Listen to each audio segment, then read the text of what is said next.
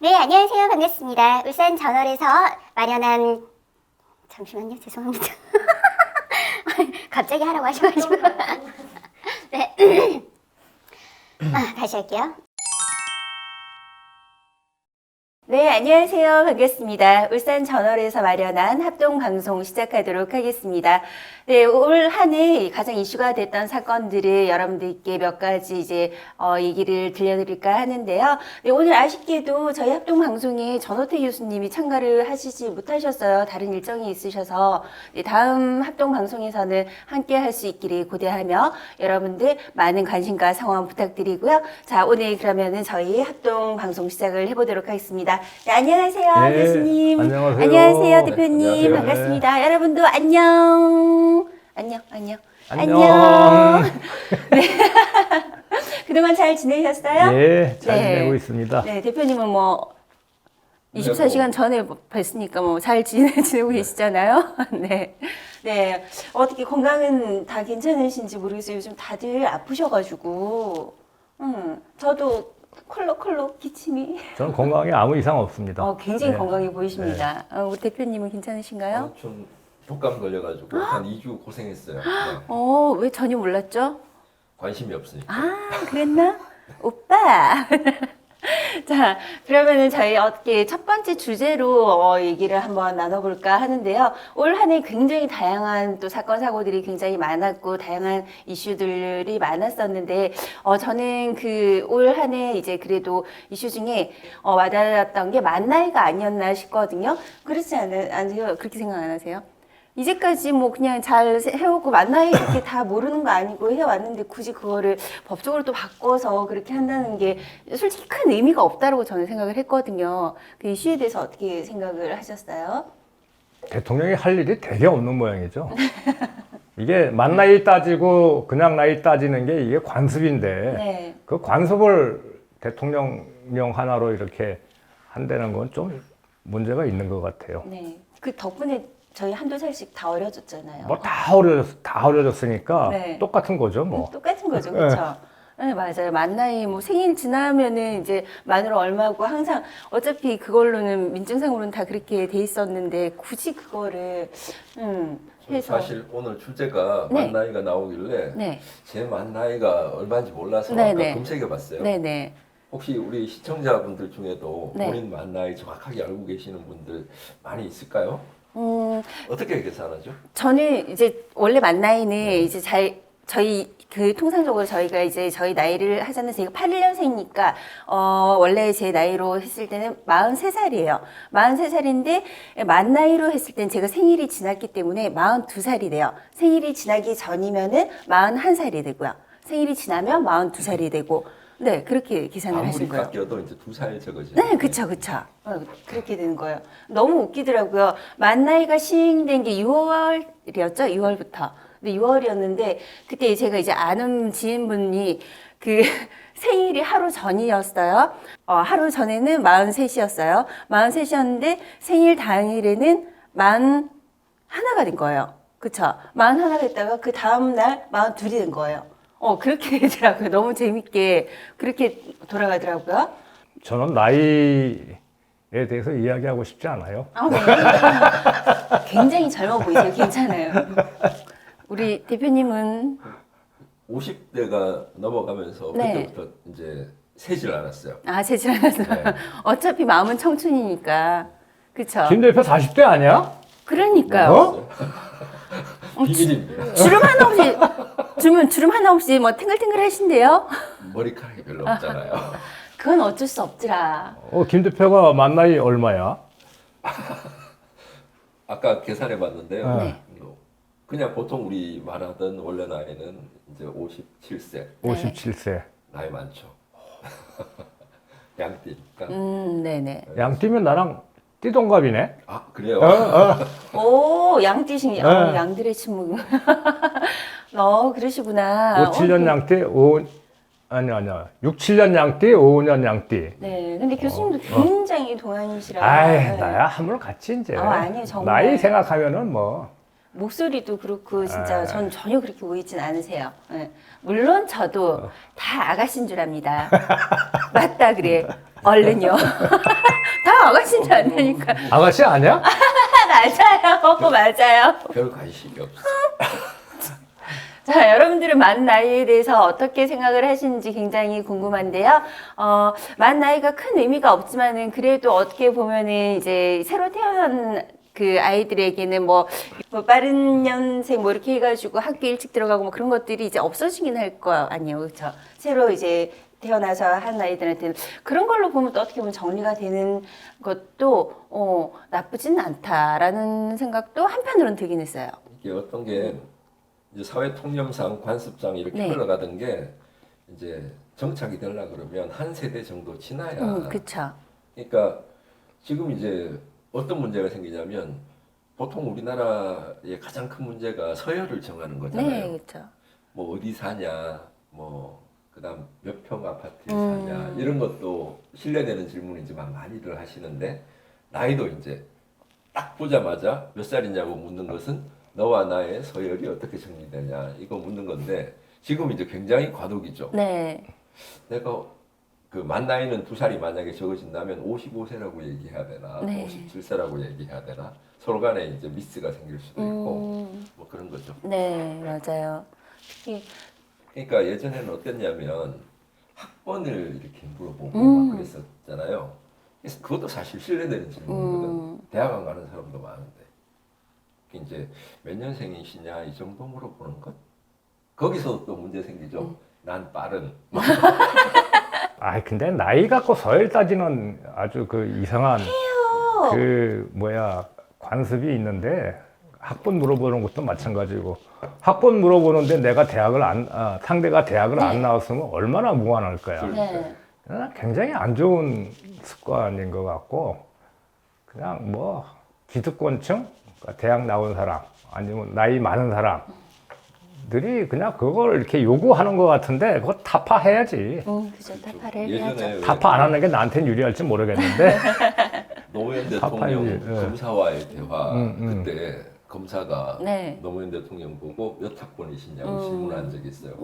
고졸 출신인 거 뻔히 알면서 정말 무례한. 그죠.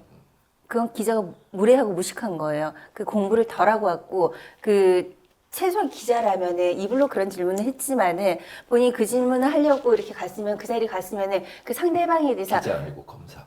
검사. 맞아. 뭐 죄송해요. 검사가 갔으면은 자기가 그 사람에 대해서 이미 알고 갔다는 건데 굉장히 무례하고 무식한 거예요. 뭐 공격하려고 그런 거죠. 그쵸. 쫑코 주려고 그러는 거지 뭐. 그쵸. 아주 나쁜 검사야. 네, 아주 나쁜 사람이에요. 맞아요. 전 그래서 무식하다고 표현을 했어요. 네. 그 굉장히 천박한 짓이라고 생각합니다. 저는. 가장 중요한 뉴스가 뭘까 네. 이렇게 한번 생각해 보다가 울산을 한정을 했을 때 네. 울산에서 가장 중요한 뉴스는 프라우메디 병원 네. 퇴원이었다. 음. 이게 지금 그 출산율이 0.78 정도 되잖아요. 네. 이제 실제로는 2명이 만나서 결혼해서 자녀를 출산하면 2명이 나와야 되잖아요. 0.78이라는 소리는 그야말로 인구 소멸로 가는, 예를 들어서 흑사병 있을 때 당시보다 지금 인구 줄어드는 속도가 더 세다 그러잖아요. 사회에 영향을 미치는 게 프라우메디 병원 폐원이다. 프라우메디 병원이 울산에 대표적으로 큰 산부인과가 몇 개 있잖아요. 네. 보람병원도 보람병원. 있고 네. 프라우메디 병원도 있고 울산대학병원도 있고 네. 이런데 한 3분의 1 정도를 프라우메디가 담당을 했었다고 해요. 굉장히 큰 병원인데 네. 이제 여기가 폐원하니까 큰일 났다. 혹시 정말 저출산. 네. 교수님 그 울산의 고등학교 한 학년 학생 수가 보통 몇 명 정도 되는지 아세요? 옛날에 보통 한 600명 정도 600명. 됐잖아요. 한 반에 60명 해서 예. 10반. 네. 본인 때는 한 반에 몇 명 정도 있었어요? 저희도 한 52~3명 정도. 네. 그러면 한 520명 정도 네네 되겠네요, 있었어요. 그죠? 네. 지금 얼마쯤 될까요? 한 반에 보통 많아봤자 400명? 한 학년에 한 400명. 학년. 한 학년에? 네, 한 학년에 400명? 안 될 것 같아. 네, 안 돼요. 400명 안 될 것 같죠? 네. 자, 안 돼요. 찍으세요. 저는 이제 아이를 키우니까 고등학교는 솔직히 고등학교, 잘 모르겠어요. 고등학교 모르겠는데 한 학년에 보통 한 5개 반 정도가 있다고 치고 한 학년에 한 25명, 30명 내라고 알고 있거든요. 그 정도 되지 않을까 하거든요. 초등에서 중등까지 봤을 때. 한 학년에 뭐 5반 있는 학교도 있고 뭐 7반 있는 학교도 있을 텐데 보통 한 150명 정도 된다고 해요. 네, 150명. 그렇죠. 그 정도 된다고. 그러니까 1학년, 2학년, 3학년 이렇게 올라가면 3학년이 되면 조금 더 줄거든요. 이제 학교 통틀어서 한 450명이 안 되는 거예요. 그러니까 여러 가지 문제가 생기지. 그 뭐 예를 들면 학교 앞에 참고서를 파는 그 서점들 있죠. 폐업이 줄을 잇고 있어요. 그 다음에 학원이라든지 어린이집, 유치원 이런 데도 회원이 줄을 잇고 있고 그런 관련 산업들도 상당히 문제가 많이 생기고 있죠. 이제 제가 이제 통계를 한번 뽑아본 적이 있는데 2011년에 울산의 신생아가 한 12,000 몇백 명 정도가 태어났대요. 근데 작년에는 한 5,000 조금 넘거든요. 완전 절반 뚝 예, 절반보다 더, 네, 더 떨어진 거죠. 네. 그래서 재밌는 게 재밌다고 표현해야 되나? 우리가 울산의 인구가 가장 많았을 때가 116만 정도 되거든요. 근데 선거인 수를 이렇게 보니까 학생과 청년 세대 뭐 하여튼 그 미성년자가 많으면 이제 선거인 수가 그렇게 뭐한 80만 정도, 뭐 70몇만 정도 이래야 되는 게 정상일 텐데 네. 90몇만이더라고. 그러니까 애들이 별로 없는 없는 거야. 거야 다. 네. 어우. 그 프라우메디 병원이 폐업한 게 아주 울산뿐만 아니라 저출산이라고 하는 거에 상징적인 요소 아니겠어요? 네, 근데 맞아요. 이거를 극복을 해야 되는데 뭐 지금 애를 낳으면은 첫째는 얼마 주고 둘째는 얼마 주고 셋째는 얼마 주고 하는 식으로는 저출산을 극복할 수 없을 것 같고 내가 최근에 아주 재밌는 레포트를 봤는데 한국은행에서 나온 레포트인데 저출산을 극복하려면 경쟁을 없애야 된다. 그러니까 뭐 우리는 뭐 초등학교 들어가면서부터 경쟁해서 대학 졸업하고 나서도 계속 경쟁인데 이게 경쟁을 하다 보니까 사람들이 협력을 할 줄 모르니까 사회가 굉장히 각박해지고 그 각박해지는 과정 속에서 살아남으려고 개인에 대한 투자, 뭐 교육 투자, 뭐 스펙 쌓기 막 이렇게 하다 보니까 애를 키우는 사람은 너무너무 힘든 거야. 좀 부족해도 옆에서 좀 도와주고 한다라고 한다면 애를 낳아도 뭐 그렇게 어렵지 않게 키울 수 있다라고 하는 확신을 이렇게 줘야 되는데 워낙 경쟁이 심하다 보니까 사람들이 애를 안 낳는 거야. 뭐 생활도 어렵고 그러니까 야 이렇게 그 출산율을 극복하기 위해서 경쟁을 완화해야 된다. 경쟁이 없는 사회로 가야 된다라고 하는 그 레포트가 나온 건 나는 굉장히 그 해안이라고 이렇게 생각을 하거든요. 경쟁을 어떻게 줄이죠? 경쟁을. 경쟁은 그 사회복지제도를 저거 하고 그다음에 초등학교 때부터 교육에서부터 그러니까 경쟁하는 교육이 아니라 협력하는 교육, 협동하는 교육, 남을 도와주는 교육 이런 식으로 교육 시스템이 일단 바뀌어야 사회 전반적으로 저거 하죠. 네, 그 교육을 바꾸고 하는 것도 참 좋지만 요즘 이미 그 아이들을 낳는 학부모 세대를 보면 제 나이 또래들이 많잖아요. 저보다 어리거나. 근데 이 사람들이 벌써 이미 이기주의가 팽배한 사람들이 굉장히 많아요.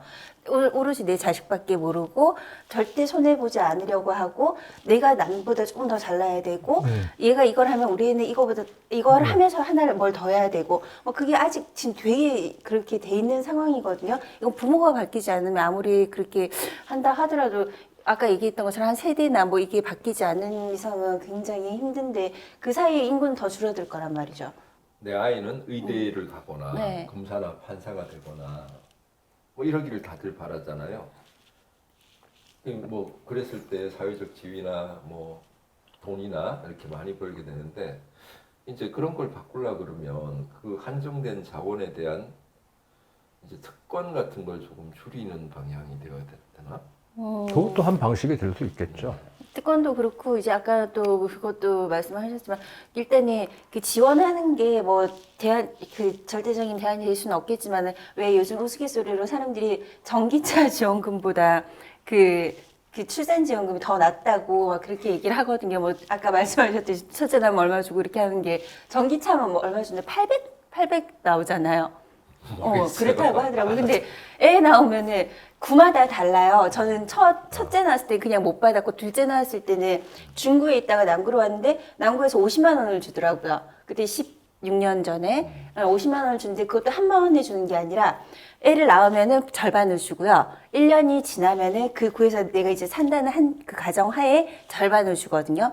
그러니까 중구는 그때 돈이 없어서 안 줬었어요. 지원금 자체가 없었고 그런 것도 되게 문제가 좀 있는 것 같아요. 이 주려면은 나라에서 전기차를 사면 얼마 줄게 하는 것처럼 이렇게 정말 이렇게 공평하게 뭔가를 이렇게 지원을 해주고 뭔가 어떤 시스템을 다시 만들어주고 하면 좋을 텐데 그런 것도 전혀 이루어지지 않고 하다 근데 보니까 현실적으로 뭐 50만 원 준다, 100만 원 준다 하는 거 가지고 그거 애를 가지고 낳진 애를 않죠. 낳지는 애를 않을 낳지는 거예요. 않죠. 예. 대한민국의 모든 문제의 출발은 그냥 부동산이다. 부동산. 예를 들면 새가 알을 낳으려 그러면 맨 먼저 하는 게 둥지를 짓는 거잖아요. 네. 그러고 나서 알을 낳는 건데 사람도 뭐 이렇게 결혼을 하고 출산을 하고 어떤 계획을 가지려 그러면 보금자리가 마련 안 되면 맞아요. 불가능하잖아요. 요즘 뭐 젊은 사람들 다 서울로 올라가는데 서울에서 방 한 칸 전세 하나 마련한다 해도 몇 억이 드는 게 현실인데 청년들이 돈이 어디 있어요? 그러니까요. 그러니까 결혼 못 하는 거지. 그래서 부동산이 제일 첫 번째 문제고 지금 이런 문제를 야기했던 근원적인 것을 이렇게 파고 들어가다 보면 옛날에 수도 이전을 관습법으로 무력화시켰던 세력 이런 놈들이 지금 어떤 식으로든 단죄를 좀 받아야 한다. 사실 지방이 지금 서울과의 차이가 계속 발생하고 있잖아요. 네. 우리가 낸 세금이 수도권의 인프라로 어마어마하게 쓰였고 그러다 보니 거기는 계속 올라가고 여기는 이제 뭐 정체되거나 이렇게 쇠락하고 있는데 이런 부분에 대해서 고민들이 좀 필요한 시점이죠. 네, 맞아요. 솔직히 아이를 키울 때 뭐 해야 되는 것도 많고 요즘에는 뭐 하나만 시키려고 해도 진짜 돈이 많이 들고 하긴 하거든요. 근데 기본적인 거를 하려고 해도 하나면은 조금 덜 할 수 있어요. 근데 둘 이상이 되잖아요. 그러면은 부담이 많이 되긴 돼요. 뭐를 한번 하려면은 가격이 그 모든 게 다 비싸니까 모든 게 다 비싸지고 다 이렇게 고가고 그러다 보니까 뭘 하나 하려면은 솔직히 부담이 되는 건 사실인 것 같아요. 그래서 아이 키우면서도 뭔가를 다 나도 포기하게 되고 그런 것들이 생기더라고요. 그런 나는 아이 키우면서 느꼈던 게 네. 그 처음에 이제 애들한테 악기를 가르치는 건 굉장히 중요한 일 아니에요. 그래서 처음에는 아주 서울의 강남에 있는 몇몇 이런 사람들이 피아노를 애들을 가르쳤어요. 그냥 이거는 피아노를 치는 사람들은 특권층이야. 네. 그런데 어느 시점에 지나가 보니까 소나게나 또 다 피아노를 쳐. 그러니까 강남은 이거 소나게나 다 이 피아노를 배우니까 우리는 바이올린을 배운다고 바이올린으로 이렇게 넘어가더라고. 네네. 난 니네들하고 다르다라고 하는 네. 거야. 다른 지역에서 또 이제 바이올린을 막 배우기 시작을 하니까 이 똑같아지는 거 아니야. 그러니까 또 돈 있는 사람들, 권력 있는 사람들은 이제 또 클라리넷으로 넘어가더라고. 그러니까 이게 아이들에게 재능을 키워준다, 음악적 재질을 뭐 양성한다 이런 게 아니라 뭘 배우느냐라고 하는 것이 그 계급을 결정을 하는 이런 식의 사고 방식. 그러니까 꼭 아주 부자이면서 권력 있는 사람들을 모든 사람들이 다 따라가게 하려니까 이 경쟁 아니야 결국. 이 나머지 사람들이 너무너무 피곤한 거야. 안 할 수도 없고 하자니 피곤하고. 기본적으로 그냥 뭐 어린아이들이 한 개 정도의 악기를 다룰 줄 안다. 이건 굉장히 중요한 교육인데 그게 이제 그런 식으로 변모해 가는 걸 보고 굉장히 씁쓸하더라고요. 네. 제 와이프가 정치에 아무 관심이 없는 사람이거든요. 근데 딱 한 명 좋아했던 정치인이 있어요. 오회찬 의원이 옛날에 누구든 한 개의 악기는 맞아요. 꼭 할 수 있게 해야 된다 뭐 이런 얘기. 그건 굉장히 좋은 거죠. 그건. 김 대표는 악기 다루는 거 있어요? 제가요. 관심이 많아요. 어. 악기에. 맞아요. 관심이 많지. 피아노를 좀 치세요. 어, 네. 피아노도 이렇게 누구한테 이 나이에 배울 수가 없잖아요. 요즘 앱이 있더라고요. 거기다가 이제 키보드를 연결해서 건반을 연결해서 이렇게 하는데 왜 대충 걸음마 정도까지는 가능한데 그 이상 넘어가는 게 너무 힘들어. 맞아요. 그래서 기계를 또 바꿉니다. 장비빨. 내한테 문제가 있는데 네. 마치 여기에 문제가 있는 것처럼 막 장비를 바꾸거나 종목을 바꾸기도 하죠. 네. 야, 피아노는 너무 어려운데 드럼을 한번 해볼까? 야, 맞아요. 엇박이 너무 힘든데 또 딴 걸 한번 해볼까? 뭐. 기타. 저 요즘 이제 며칠 전에 제가 아들한테 이제 초등학교 6학년이거든요. 근데 아들한테 기타를 사줬어요. 기타를 배워보고 싶다 했기도 했고, 저도 이제 그 아까 말씀하셨던 것처럼 이제 그 악기를 하나 정도는 그냥 이제 다룰 수 있었으면 좋겠다라는 잠깐 생각을 해서. 교수님한테도 한번 여쭤봐야죠. 아, 교수님 그러면은 아, 우리 때는 뭐 악기 배우는 거는 뭐 상상을 못 했는데 그냥 하모니카 정도 부는데 네. 뭐 그것도 안 분 지 뭐 한 3, 40년 됐고 요새는 그 로망이 하나 있는데 드럼 이렇게 아, 드럼 남자들이 다 해가지고 이거구나. 때리면은 이게 스트레스가 쫙 풀릴 것 같은 뭐 이런 생각도 들어요. 드럼은 배우고 싶은데 아직 시도는 못 하고 있어요. 잘 어울리실 것 같아요. 막 때리면은 그냥 네. 근데 남자분들이 약간 드럼에 관심이 더 많긴 한 것 같긴 해요. 네, 확실히. 스트레스 풀리잖아요. 그쵸? 제가 3달 아, 석 달 배우셨어요? 끈기가 없어요. 끈기가 없어. 하고 엇박 어우 힘들어. 저는 다룰 줄 아는 악기가 없어요. 근데 저희 집에는 제가 태어나던 때부터 피아노가 있었거든요. 근데 엄마가 제 위로 언니들이 좀 많은데 언니들은 다 피아노 학원을 보냈더니 다 제대로 안 다니는 거예요. 그래서 니네부터 컴퓨터를 다녀 이래가지고 저는 피아노 배우고 싶었는데 못 배웠거든요. 그냥 언니들한테도 왜 안 배웠나 모르겠어요. 그래서 저는 피아노를 못 쳐요. 그래서 저는 그게 너무 좀 그래서 저도 아이들한테 이제 악기를 좀 하나는 연주하게 해주고 싶다 했는데 큰애는 이제 원래 둘 다 체조를 하던 아이들이었는데 운동을 하다가 이제 큰애는 완전히 진로를 정해서 요리 쪽으로 제과 제빵 쪽으로 이제 가면서 그 진로를 완전히 정했으니까 그냥 이제 나중에 그 취미로라도 뭐 하고 싶으면 하라 하고 둘째는 이제 아직 초딩이라 그런가 재민이라 그런가 막 오만 걸 다 하고 싶어 하더라고. 기타도 하고 싶어 하고 드럼도 하고 싶어 하고. 다행이네. 왜냐면 이제 애들한테 네. 물어보면 저는 뭐 애들하고 만날 기회가 네. 많은데요.